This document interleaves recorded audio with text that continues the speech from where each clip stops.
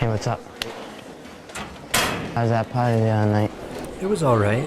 There was this guy talking about Redo the Healer, saying it was a good show. So what'd you do about it? I didn't do anything. Whoa, what? Guys, don't be like my friend here who didn't do anything. Not doing anything is part of the problem. Alright, so winter 2021 anime season roundup. 4 weeks late. 4 weeks late? God damn it. Fuck. Okay, well, better stop killing time. So this season was odd, and not just because it was relatively good. Spoilers. Historically, a lot of anime don't see season 2s, let alone season 3s and 4s, but that trend has been turning recently. Shows that in the past would have run a 24-episode, 2-core season are now doing 2 12-episode seasons with a core or 2 in between. ReZero did it, Haikyuu did it, Reincarnated as a Slime is doing it. That, plus an increased money flow to the industry from foreign streaming services, licensing, and even producing anime, means we've got a lot of sequels. Bam, bam, bam, bam, bam, bam, bam, bam, bam, bam, bam, bam, bam. Like, damn. But since I've only just recently started packaging up my opinions on anime and displaying them publicly like a photographer trying to do a body acceptance gallery, you know, nobody wants to see them, but here they are, I'm going to try to address my thoughts on each series as a whole, as well as the current season.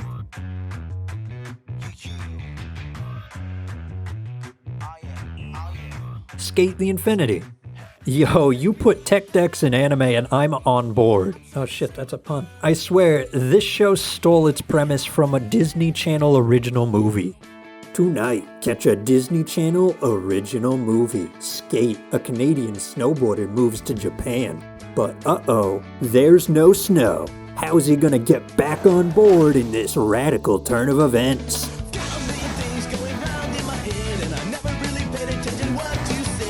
Check out Skate on Disney Channel, premiering after two twins explore white privilege. Mix in a little Initial D and longing glances between boys that are totally just friends, and you got the whole show. But, you know, I like those things, so whatever.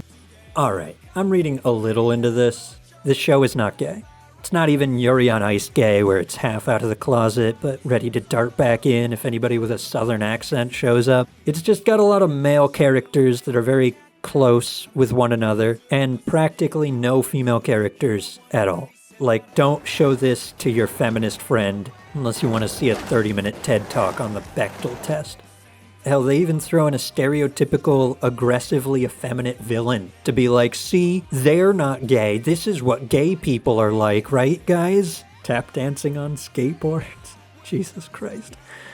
But this show is entertaining. In a worse season, honestly, it'd probably be near the top. But in this one, its 90s rad dudes just aren't enough to carry it.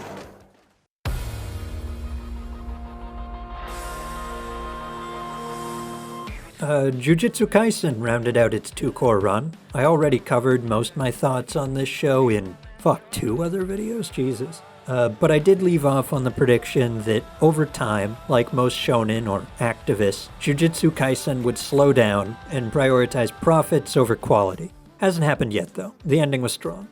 You know, My Hero may have started this BuzzFeed headline-esque hot take, shonens are actually good now? What? But lately it's been outdone by shows like this and Demon Slayer. You know, I kind of wonder if the 4th season is going to pale in comparison now and people will finally admit that show is overhyped.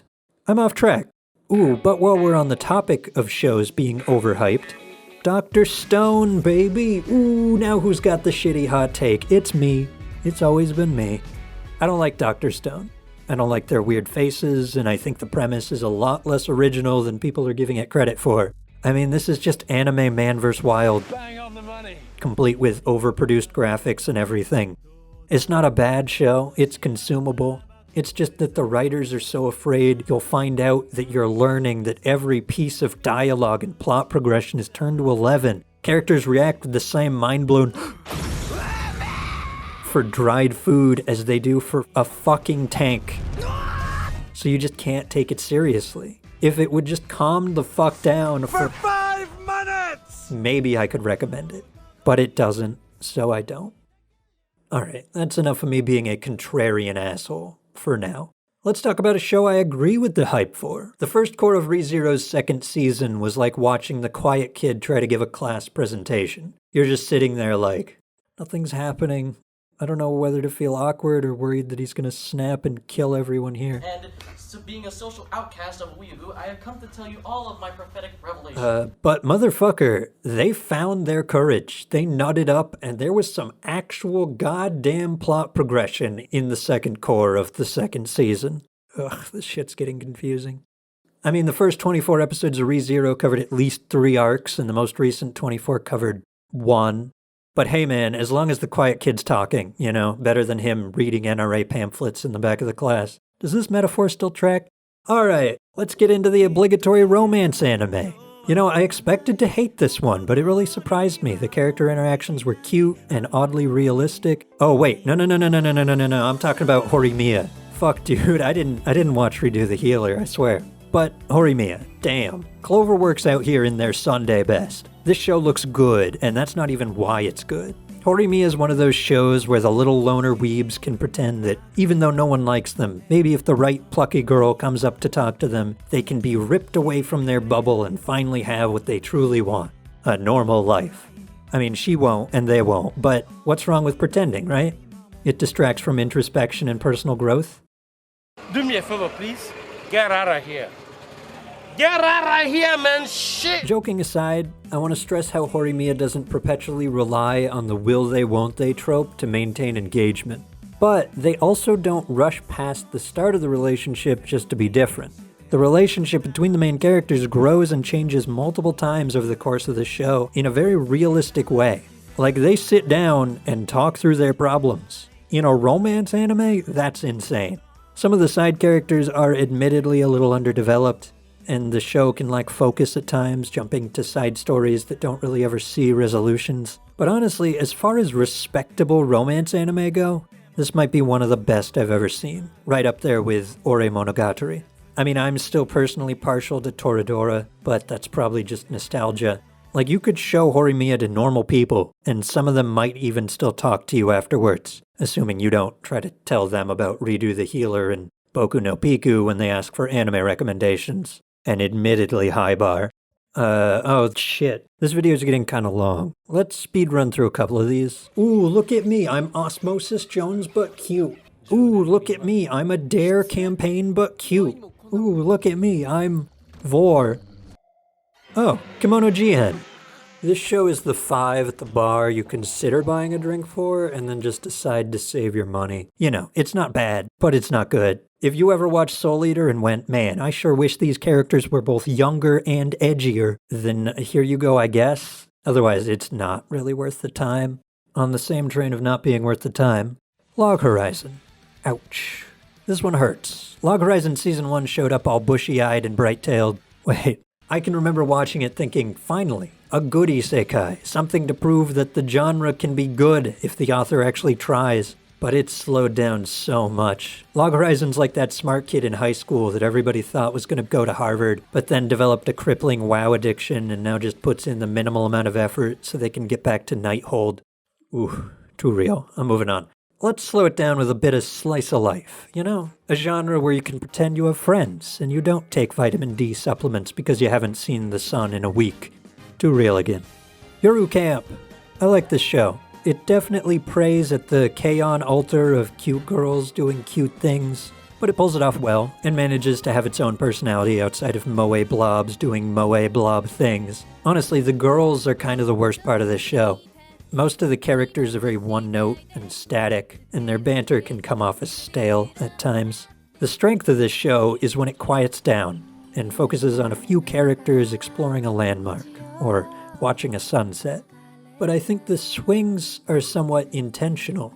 Rather than just focusing on camping and exploring, Yoru Camp spends a lot of time building up to the trips.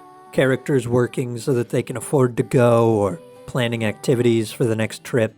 It's that downtime between camping that makes you appreciate when they finally get there. The characters are excited that they've finally made it to their destination, and you're right in that same headspace with them. That's good storytelling. And while I think some of the characters could be a bit better written, that still doesn't stop me from truly enjoying this show.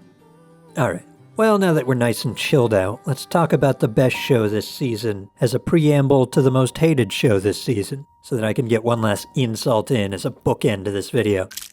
The first thing I thought when I saw Wonder Egg Priority was, damn, this show is pretty. Like, Cloverworks have really outdone themselves. Wait, Cloverworks? The guys who did Horimiya? Damn. Out here first and second on the podium, looking like Putin in a Russian election. What kind of sacrifices did they have to make to pull that off? I'm sure it was nothing.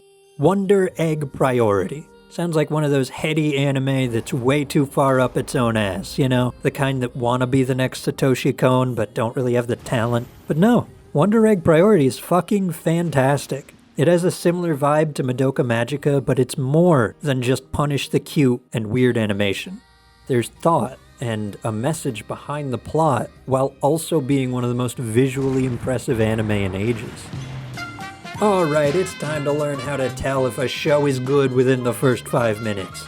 Here, the main character is thrown into a bizarre world. Without saying anything, she pinches her cheeks, something people do to check if they're dreaming. Then in the next scene, she's rubbing her cheeks as if they hurt. Wonder Egg Priority communicates to you that this is not a dream and that she can feel pain without the main character explaining every action they take and feeling they have. This show treats you like you have a goddamn brain. 9 out of 10. The biggest concern with Wonder Egg Priority is that it could turn into an 8 or a 10. The finale, the 13th episode, isn't airing until June 29th. And the 12th episode started to wander a bit up its own ass. You know, like a college student after their first gender studies class. So we'll just have to wait until June to see if they can truly stick the landing. And finally, a show that sure didn't stick the landing. The Promised Neverland Season 2. Hoo boy. You know, I didn't like Promised Neverland Season 1. I found children playing I Know She Knows That I Know She Knows kind of boring. And don't even get me started on their faces. Like, what the fuck? So when I heard everybody complaining about the second season, I was excited. I was like, if they thought the first season was good, this one must be Tommy Wiseau bad. Hi, doggy. But it wasn't. In fact, I thought it was more watchable than the first season. Not good. Clearly rushed, with a lot of running from CG and plot lines that come out of nowhere, and a fucking montage for the finale. What a choice. But, like, episode to episode, it was fine. I just wish the studio had put more time into it. Who did it, by the way? Cloverworks. Wait, Wonder Egg Priority and Horimiya Cloverworks. Oh my god, I figured it all makes sense. After Neverland came out, everyone wanted Season 2. You get all this money invested to make Season 2, but they're not dumb. They knew Neverland was bad. So what do? Divert most of the money into good shows, and then you put the intern in the back who keeps eating his drawing supplies on adapting Neverland. Who cares? It was bad regardless.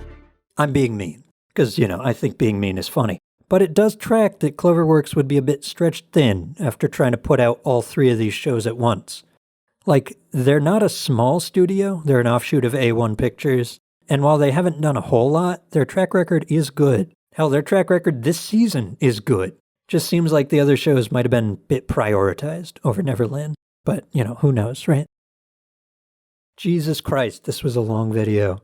You may have noticed that I didn't cover Attack on Titan. I have yet to talk about Attack on Titan, and this video was so long, I figured I'll just make that its own video. You know, gotta get as far away from keywords and trends as possible if I'm gonna maintain this sub 30 subscriber count.